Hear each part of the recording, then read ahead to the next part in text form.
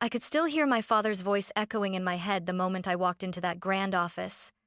"You'll get nothing from your grandfather's will, Emily. Nothing." He said it with such certainty, such cruel delight, that for a second I almost believed him.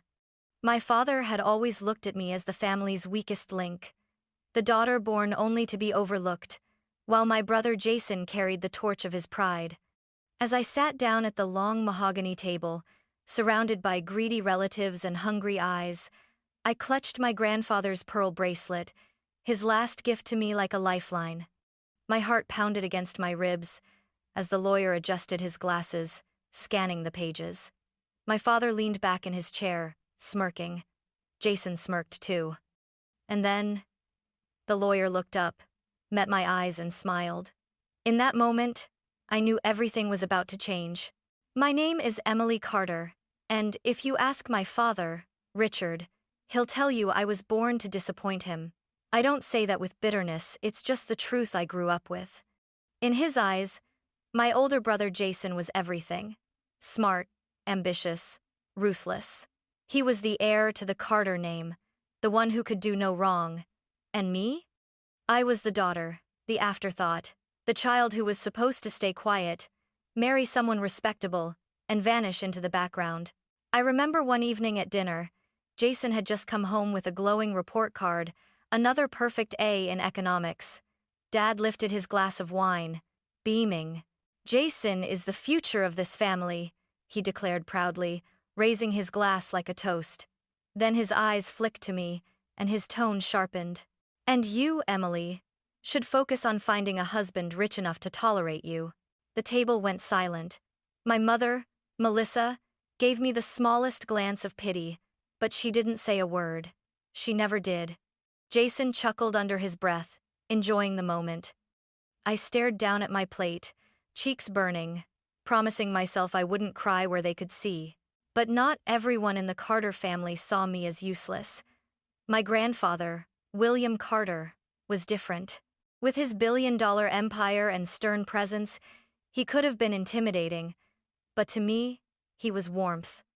He'd sneak me out of the mansion to get ice cream, sit me on the hood of his old Cadillac, and talk to me like I mattered.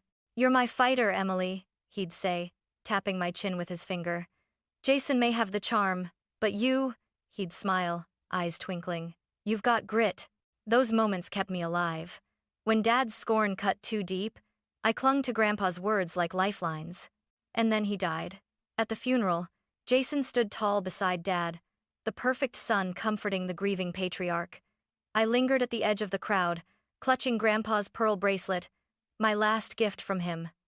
When I approached the casket, Dad leaned close and whispered in my ear, venom in his tone. "Don't expect a penny from him, Emily. You'll walk away empty-handed, just like you deserve." The words carved into me like ice. But deep down, I held on to one fragile hope, that Grandpa hadn't forgotten me. That somewhere in his $7 billion will, he had left me more than scraps. Little did I know, he had left me everything. The day of the will reading arrived cloaked in tension. The law firm was one of those towering buildings downtown, all marble floors and polished brass, the kind of place that smelled of power and money. As I stepped into the conference room, the air felt thick, heavy with expectation. Relatives I hadn't seen in years filled the room, whispering in corners, their eyes darting like hawks circling prey. Aunts in pearls, cousins in tailored suits, all of them pretending to mourn while secretly calculating what they'd walk away with. Jason was already there. He leaned against the wall, perfectly groomed, his expensive suit hugging his broad shoulders. When he saw me, his lips curled into that smug half-smile I'd grown to hate. "You actually showed up," he murmured as I passed. "Of course," I replied, forcing my voice not to waver. He leaned closer, his breath hot against my ear. "Prepare to be humiliated." I clenched my jaw and kept walking. At the head of the long mahogany table sat my father, Richard Carter, patriarch, king. He didn't rise when I entered, didn't even smile. Instead, he tilted his head slightly, studying me like I was an unwelcome guest. "Emily," he said smoothly, his voice carrying just enough disdain to slice through me. "I almost told them not to expect you." I met his stare. my heart hammering. I wouldn't miss this for the world. A ripple of whispers swept across the room. Some relatives smirked, others raised their brows, surprised at my boldness. I sank into my chair, clutching Grandpa's bracelet so tightly my knuckles whitened. Then the door opened, and everything went still. Attorney Daniel Foster entered, his presence quiet but commanding. He was tall, with sharp eyes behind silver-rimmed glasses, and he carried the weight of authority like a second skin. He set a thick folder on the table, adjusting his tie before he spoke. "Ladies and gentlemen, thank you for being here. We are gathered to read the last will and testament of William Carter." The room hushed. Even the ticking of the grandfather clock in the corner sounded deafening. Jason sat straighter, clearly eager. Dad leaned back in his chair, his smirk already carved into his face. Daniel opened the folder, flipping to the first page. His voice rang steady and formal. "To my beloved grandson, Jason Carter. I leave the Carter penthouse on 5th Avenue, with all furnishings included, and a cash inheritance of $20 million. Gasps echoed. Jason's smile spread, smug and victorious. He turned his head slightly, mouthing the words, "Told you so." My stomach twisted, but I forced myself to sit tall, to keep my face unreadable. I had been invisible for so long. I refused to let him see fear now. Daniel's hand moved to the next page. His eyes lifted, meeting mine, and he smiled. In that single moment, my father's smirk faltered, and my pulse thundered in my ears. Daniel cleared his throat, the crisp sound slicing through the heavy silence like a blade. He adjusted his glasses and let his gaze travel slowly across the room, as though savoring the anticipation. When his eyes finally landed on me, I felt my chest tighten. Then, unmistakably, he smiled. His voice carried steady authority. "To my granddaughter, Emily Carter, I leave controlling interest in Carter Global Enterprises, along with all subsidiary companies, real estate holdings, and assets valued at approximately $5 billion. The room exploded. Chairs scraped, voices rose, gasps filled the air like gunfire. Jason's smug expression shattered, his mouth dropping open as if he'd been punched. My father bolted upright, his chair crashing against the wall. "What?" Dad bellowed, his voice so sharp it seemed to rattle the windows. "This is outrageous. There must be some mistake." Daniel didn't flinch. "There is no mistake, Mr. Carter. These were William Carter's explicit instructions." Jason slammed his fist on the table, making the water glasses jump. "She's not capable, she's weak, naive. She'll destroy everything Grandpa built." I sat frozen, my pulse hammering in my ears. For a heartbeat, their voices blurred, their fury almost drowning me. But then I looked down at the bracelet circling my wrist, the small pearls gleaming softly, and I remembered Grandpa's words. "You're my fighter, Emily." I raised my head. My voice trembled, but I forced it through the storm. "Funny, Jason. Grandpa didn't think so." The whispers spread like wildfire. Some relatives covered their mouths. Others leaned closer, hungry for the drama. My father pointed a shaking finger at Daniel. "She manipulated him. She must have gotten to him when he was sick, when he wasn't thinking clearly." Daniel calmly folded the page. "Mr. Carter underwent a full psychiatric evaluation prior to signing. He was of sound mind. These wishes are valid under the law." Dad's face turned crimson, veins bulging at his temples. Jason shook his head violently, muttering curses under his breath. And me? I sat straighter. For years I had been the shadow, the overlooked daughter, the one they ridiculed. But in one sentence, everything had shifted. I felt the weight of Grandpa's decision pressing down on me, not just wealth, but trust, responsibility. I met my father's glare across the table and, for the first time in my life, I didn't look away. The silence after Daniel's words was short-lived. My father's hands slammed onto the table with such force that every glass rattled. His eyes, hard as steel, locked on me like I was an enemy soldier across a battlefield. "Emily will destroy everything," he thundered. His voice reverberated through the paneled walls. "She has no business sense, no leadership. Carter Global will collapse within months if she's at the helm." Jason jumped in, his voice dripping with contempt. "Dad's right. She's never cared about the company.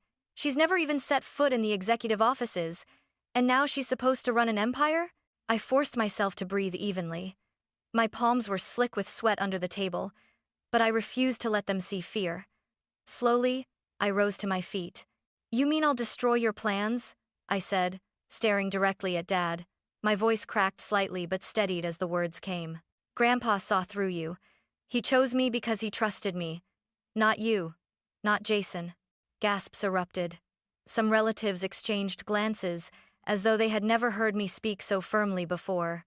Jason scoffed, throwing his hands into the air. Trust? Don't make me laugh. Grandpa trusted me. I worked in that company for years, learning every detail. And what did you do? Hide in your little world of books and charity events? I clenched my fists.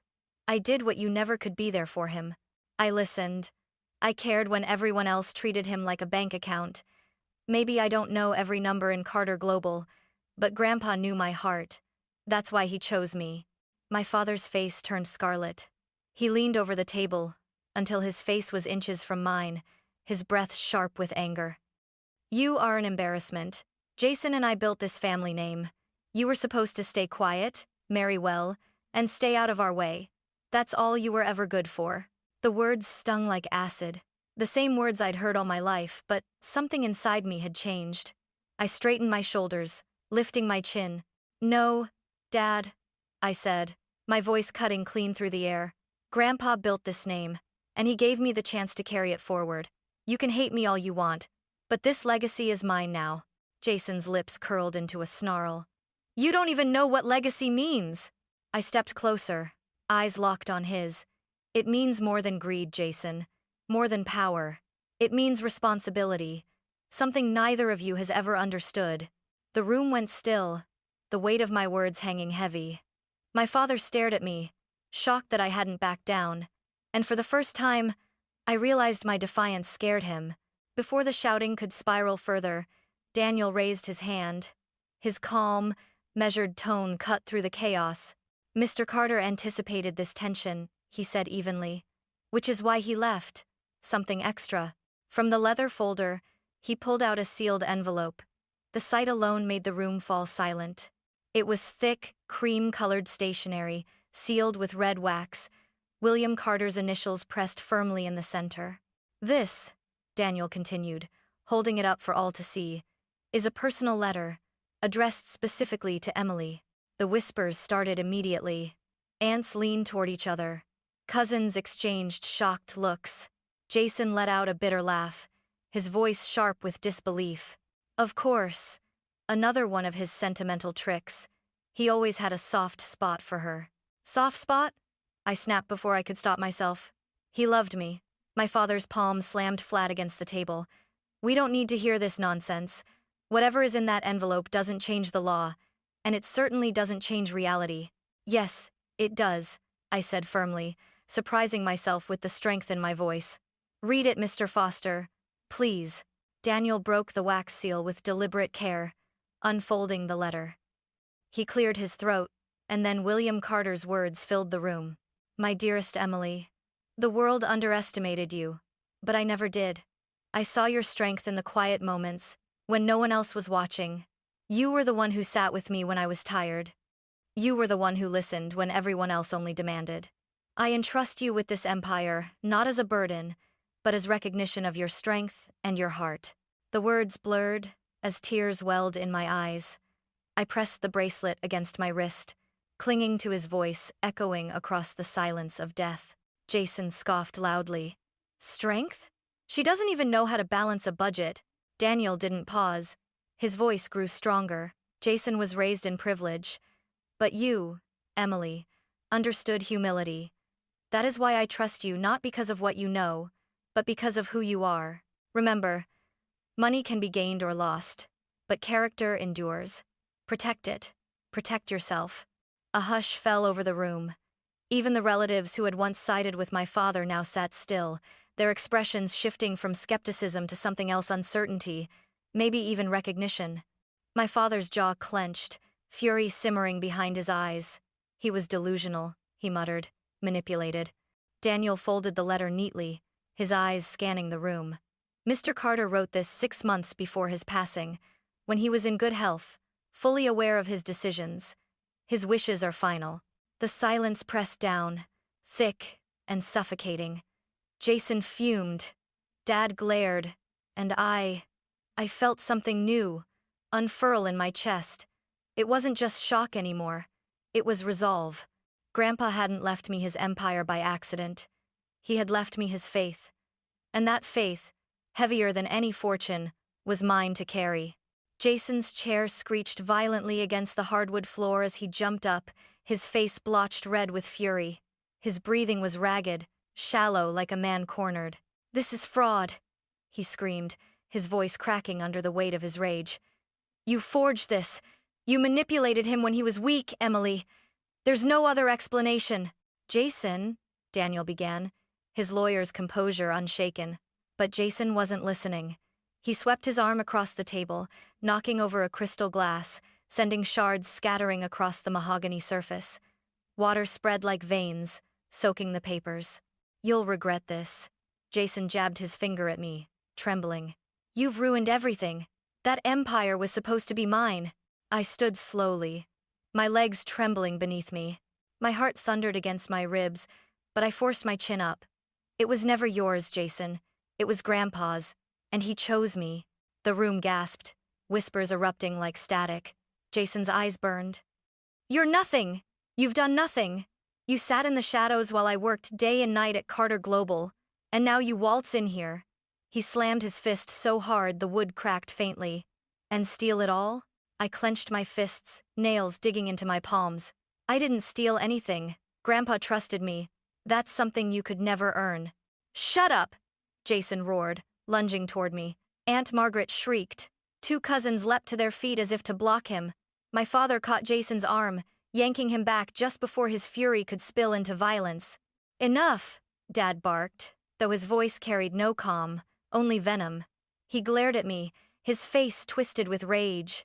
"Over my dead body will you sit in Grandpa's chair? You are an embarrassment, Emily. You've always been." The words sliced deep, familiar wounds reopening.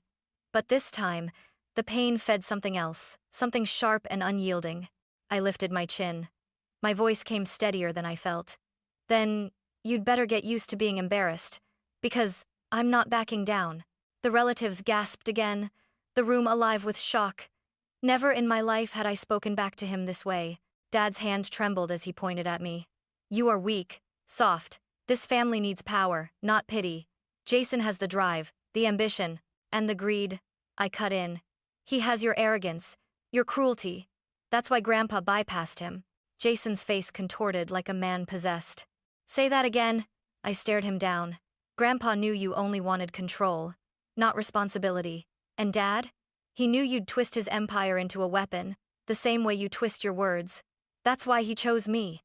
The room had become a storm. Voices colliding, relatives muttering, some siding with me, some shaking their heads in disbelief. The chandelier above seemed to tremble with the tension. Jason ripped free from Dad's grip, his body trembling with rage. "I'll contest this will. Fraud. Undue influence. I'll drag you through every courtroom in this country until you're bankrupt and disgraced." Daniel's voice cut through like a gavel. "You can try, Jason. But I assure you, your grandfather took every precaution. Psychological evaluations, multiple witnesses, airtight legal review. His wishes are unshakable in court." Jason froze, stunned by Daniel's firmness, but only for a moment.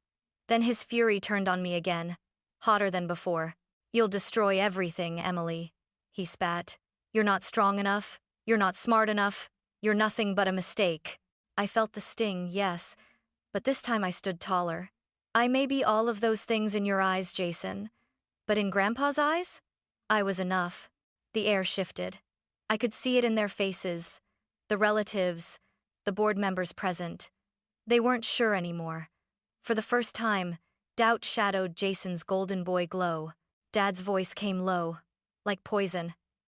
"We'll crush you, Emily. Mark my words. You won't last a year." I met his gaze, my pulse steady now. Maybe I'll fall, but I'll fall fighting for what Grandpa believed in, and that's something you never did." For the first time, My father faltered. His lips parted, but no words came. The silence that followed was thick, broken only by Jason's ragged breathing. And in that silence, I realized something monumental. I wasn't just defending myself anymore. I was standing in Grandpa's place, and I was ready for war. The storm left the room shaken.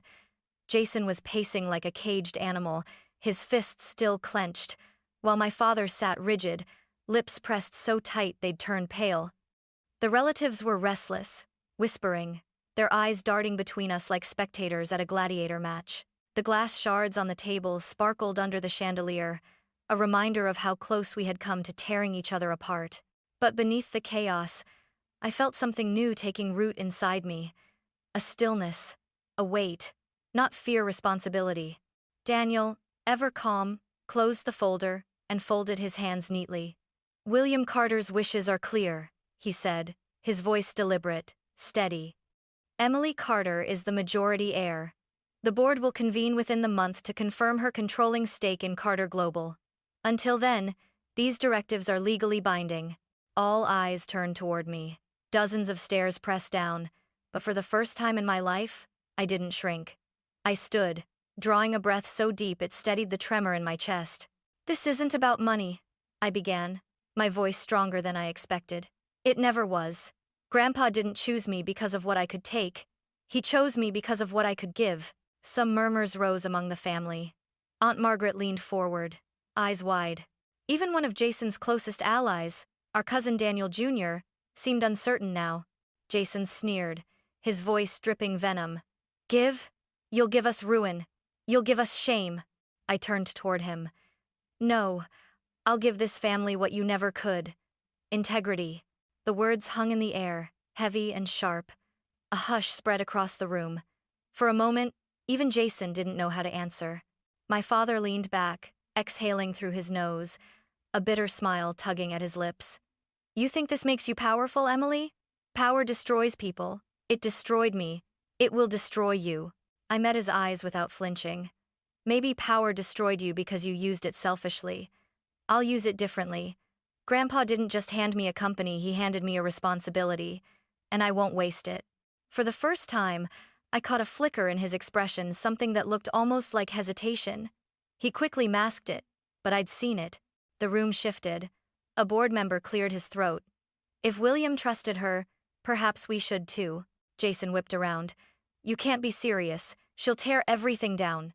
But even his voice cracked with desperation now. The golden boy confidence he'd always worn so easily was crumbling, replaced with something raw, almost childish. I pressed the bracelet against my wrist, grounding myself. "Grandpa always told me grit mattered more than charm. That's why he chose me, and that's why I won't let him down." Daniel gave me a small, almost imperceptible nod of approval, as if confirming I was finally stepping into the role I was meant to claim. The whispers quieted. The relatives watching me differently now, not as the overlooked daughter, but as the heir, the successor, the leader. And as Jason muttered curses under his breath and my father glared with cold fury, I realized I wasn't afraid of them anymore. For the first time, I was Emily Carter, William Carter's granddaughter, and this empire, his empire, was mine to protect. The conference room emptied slowly, like a battlefield after the smoke clears. Relatives shuffled out in clusters, their whispers trailing behind them like ghosts. Some glared at me, others looked curious, and a few even gave small nods of acknowledgement, as though they'd finally seen me for the first time. Jason stormed out ahead of them, muttering threats, his fists still clenched at his sides. My father lingered a moment longer. He stood by the door, his shadow long under the chandelier's light, his eyes fixed on me. "You think you've won," he said quietly, his voice stripped of the thunder it had carried moments before. "But you'll learn, Emily. This world doesn't care about heart or integrity. It only respects power. And when that power crushes you, don't say I didn't warn you." I swallowed, forcing myself not to look away. "Maybe you're right, Dad. Maybe this will crush me, but at least I'll try to carry it with honor. That's something you forgot how to do a long time ago." For just an instant, his mask slipped. I saw something flicker in his eyes, not softness, but recognition. Then he turned sharply, slamming the door behind him. The sudden quiet was almost overwhelming. The shattered glass on the table glistened like tiny stars under the chandelier, a reminder of the chaos that had just unfolded. My chest ached from the weight of it all, but beneath the exhaustion was something stronger: resolve. Daniel approached, placing the sealed letter back into my hands. "This belongs to you," he said gently. I nodded, clutching it tightly. "Thank you for standing firm today." He adjusted his glasses, offering a small smile. "Don't thank me, Emily. Thank your grandfather. He believed in you more than anyone else." When he left, I stood alone in the vast conference room, staring at the empire that now rested on my shoulders. It felt surreal. Only an hour ago, I had walked in as Richard Carter's overlooked daughter. Now I was William Carter's heir, holding the reins of a $7 billion legacy. I slipped the bracelet higher up my wrist, the pearls cool against my skin. The memory of Grandpa's voice echoed in my mind. "You're my fighter." Outside, the city lights gleamed through the tall windows, skyscrapers rising like giants. For years I had looked at this city as an outsider, someone who didn't belong in its sharp, glittering world. But tonight, something was different. The city didn't feel intimidating. It felt waiting for me. I thought of the employees whose lives depended on Carter Global, of the communities touched by its reach, of the future Grandpa had entrusted to me. This wasn't just about proving Jason or my father wrong. It was about proving Grandpa right. I whispered into the empty room, my voice trembling but sure. "I won't fail you." When I finally stepped outside, the night air hit me with a cool rush. Jason's angry shouts echoed faintly from the street below, my father's threats lingering in my mind, but they no longer terrified me. Their empire of fear had ended the moment Grandpa's letter was read. For the first time in my life, I wasn't Richard Carter's unwanted daughter or Jason's forgotten sister. I was Emily Carter, heir to William Carter, fighter, leader. And though battles loomed on the horizon, I felt ready to face them, ready to build something worthy of the man who had believed in me when no one else did. My story wasn't ending with Grandpa's will. It was just beginning.